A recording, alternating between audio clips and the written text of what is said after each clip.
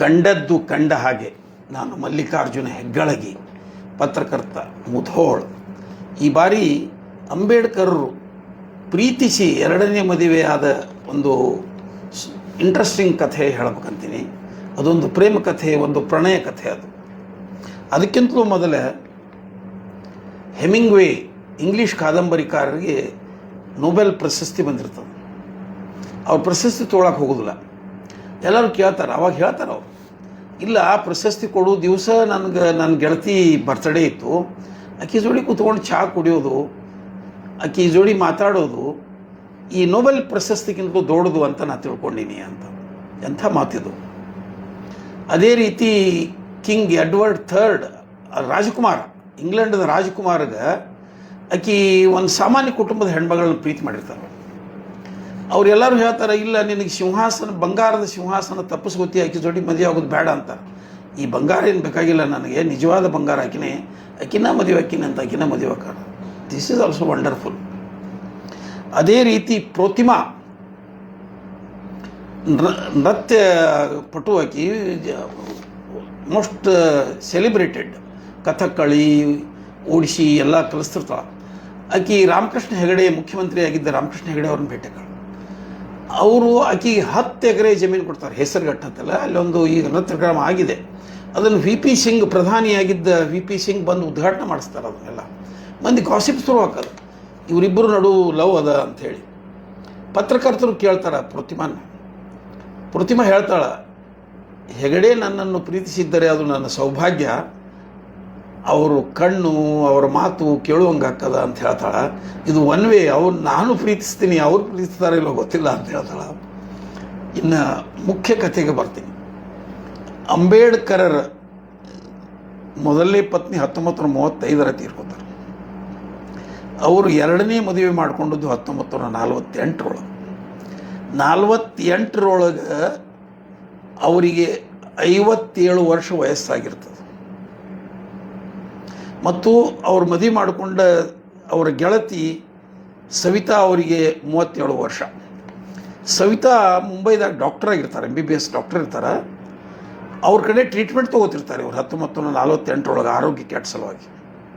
Law minister ಇವರು ಮಾಡ್ತಾ ಅವರಿಬ್ಬರ ನಡುವೆ ಒಂದು ಪ್ರೀತಿ, ಒಂದು ವೈಚಾರಿಕ ಸಂಬಂಧ ಬೆಳೀತದೆ. ಅಂಬೇಡ್ಕರರೇ ಮುಂದಾಗಿ ಆಕೆಗೊಂದು ಪತ್ರ ಬರೀತಾರೆ, 10 ಪುಟ ಬರೆದು ತಮ್ಮ ಪ್ರೇಮ ನಿವೇದನೆ ಮಾಡಿ, ನಾ ಮದುವೆ ಆಗ್ಬೇಕಂದೀನಿ ಅಂತ ಹೇಳ್ತಾರೆ. ಆಕೆ ಹೋಗಿ ಮನೆಯೊಳಗೆ ತೋರಿಸ್ತಾಳೆ, ಅದು ಬ್ರಾಹ್ಮಣ ಕುಟುಂಬ. ಮತ್ತಿಷ್ಟಾಗಿ ಸವಿತಾ ಅವರು ಮೂಲತಃ ಕರ್ನಾಟಕದ ಮನೆತನ. ಅದು ಅವ್ರ ಮನೆಯೊಳಗೂ ಎಲ್ಲರೂ ವಿಚಾರ ಮಾಡ್ತಾರೆ, ಲಾ ಮಿನಿಸ್ಟರು, ಒಂದು ಏನದ ಅಂದ್ರೆ ಒಂದು ಮಹಾಪುರುಷ, ಮದುವೆ ಅಕ್ಕನಂತ ಪ್ರಪೋಸಲ್ ಕೊಟ್ಟಾರ ಅಂದಮೇಲೆ ಭಾಳ ಚರ್ಚೆ ಮಾಡಿ ಒಪ್ಕೋತಾರೆ. ಅವ್ರು ಬ್ರಾಹ್ಮಣರೆಲ್ಲರೂ ಒಪ್ಕೊಂಡು ಆ ಹೆಣ್ಮಗಳು ದಿಲ್ಲಿಗೆ ಬರ್ತಾಳೆ. ದಿಲ್ಲಿಗೆ ಬಂದರೆ ಲಾ ಮಿನಿಸ್ಟರ್ ಆಗಿದ್ದ ಅಂಬೇಡ್ಕರ್ ಸ್ವಾಗತಕ್ಕೆ ಹೋಗ್ತೀನಿ ಅಂತ, ಸ್ವಾಗತಕ್ಕೆ ವಿಮಾನ ನಿಲ್ದಾಣಕ್ಕೆ ಹೋಗಾರ. ಎಲ್ಲರೂ ಬ್ಯಾಡ ಅಂತಾರೆ, ಇಲ್ಲ ಆಕಿನ ಸ್ವಾಗತಕ್ಕೆ ಹೋಗ್ತೀನಿ ಅಂತ ಹೋಗಿ ಸ್ವಾಗತ ಮಾಡಿ ಅಂಬೇಡ್ಕರ್ ಕರ್ಕೊಂಬರ್ತಾರೆ. 48 ಆ ಮದುವೆ ನಡೀತದ. ಅಂಬೇಡ್ಕರ್ ಆಗೊಂದು ಮಾತು ಹೇಳ್ತಾರೆ, ಇದು ಬರೀ ಹಾರ ಬದಲಾಯಿಸಿ ಮದುವೆ ಬೇಡ ನನಗೆ, ನಾ ರಿಜಿಸ್ಟರ್ಡ್ ಮದುವೆನ ಮಾಡ್ಕೋತೀನಿ ಅಂತ ಹೇಳ್ತಾರೆ. ರಿಜಿಸ್ಟರ್ಡ್ ಮದುವೆ ಆಗ್ತಿದೆ. ಅವಾಗ ಪತ್ರಿಕೆಗಳಲ್ಲೆಲ್ಲ ಬರ್ತದೆ, Indian law minister weds at the age of 58 ಅಂತ ಪತ್ರಿಕೆ ಒಳಗೆ ವರದಿ ಬರ್ತದೆ. ಅವರು ಅಷ್ಟೇ ಭಾಳ ಲವ್ಲಿ ಆಗಿರ್ತಾರೆ. ಅವ್ರಿಗೆ ಅಂಬೇಡ್ಕರ್ ಎಲ್ಲಿ ಹೋದಲ್ಲಿ ಆ ಹೆಣ್ಮಗಳು ಕರ್ಕೊಂಡು ಹೋಗ್ತಾಳ. 1956 ಅಂಬೇಡ್ಕರರು ಬೌದ್ಧ ಧರ್ಮ ಸ್ವೀಕರಿಸಿದರೆ, ಅವರ ಜೊತೆಗೆ ಸವಿತಾ ಕೂಡ ಬೌದ್ಧ ಧರ್ಮ ಸ್ವೀಕರಿಸ್ತಾರೆ. ಅವರಿಗೆ ನಿಜವಾಗಿ ನೆರಳಾಗಿ ಇರ್ತಾಳೆ. ಅವ್ರು ತೀರ್ಕೊಂಡು, ಅಂಬೇಡ್ಕರ್ 56 ತೀರ್ಕೊಂಡ್ಮೇಲೆ ಆಕೆ ಮೇಲೆ ಆರೋಪ ಶುರು ಆಗ್ತದೆ, ವಿಷ ಹಾಕಿದರು ಅದು ಇದು ಅಂತ. ಭಾಳ ಇನ್ವೆಸ್ಟಿಗೇಷನ್ ಆಗ್ತದೆ. She is proved innocent. ಆಕೆ ಭಾಳ ಸದ್ಗುಣಿ ಅಂತ ಒಂದು ನಿರ್ಣಯ ಆಗ್ತದೆ. ಆಕೆನ ರಾಜ್ಯಸಭೆಗೆ ನಾಮಕರಣ ಮಾಡ್ಬೇಕಂತ ಸ್ವತಃ ನೆಹರು, ಎಸ್ ರಾಧಾಕೃಷ್ಣನ್ ಪ್ರಯತ್ನ ಮಾಡ್ತಾರೆ. ಆಕೆ ಹೇಳ್ತಾಳೆ, ಅಂಬೇಡ್ಕರ್ ಹೆಸರು ಬಳಸಿ ನಾ ಏನೂ ಲಾಭ ಮಾಡ್ಕೊಳ್ಳೋ ಬಯಸೋದಿಲ್ಲ ಅಂತ. ಅಷ್ಟೇ ಅಲ್ಲ, ಆಕೆ ಎಲ್ಲ ಅಂಬೇಡ್ಕರರ ವಿಚಾರಧಾರೆಯನ್ನು ತನ್ನ ಬದುಕಿನುದ್ದಕ್ಕೂ ಪ್ರಚಾರ ಮಾಡ್ತಾರೆ. ಅವರು ವಿಜಾಪುರಕ್ಕೂ ಬಂದಿದ್ದರು.